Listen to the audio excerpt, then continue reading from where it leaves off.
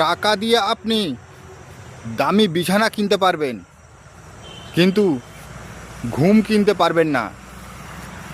টাকা দিয়ে আপনি দামি ঘড়ি কিনতে পারবেন, কিন্তু সময় কিনতে পারবেন না।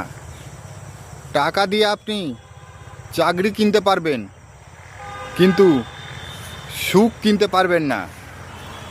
টাকা দিয়ে আপনি বড় বড় ডাক্তার দেখাতে পারবেন, কিন্তু সুস্বাস্থ্য কিনতে পারবেন না।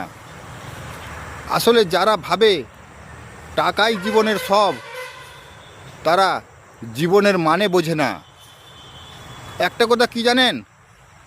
মানুষ টাকার পিছনে ছুটতে ছুটতে মানুষের সঙ্গে সম্পর্কগুলোকে হারিয়ে ফেলে। ধনী সে ব্যক্তি নয় যার কাছে টাকা আছে, ধনী সেই ব্যক্তি যার কাছে মনুষ্যত্ব বোধ আছে।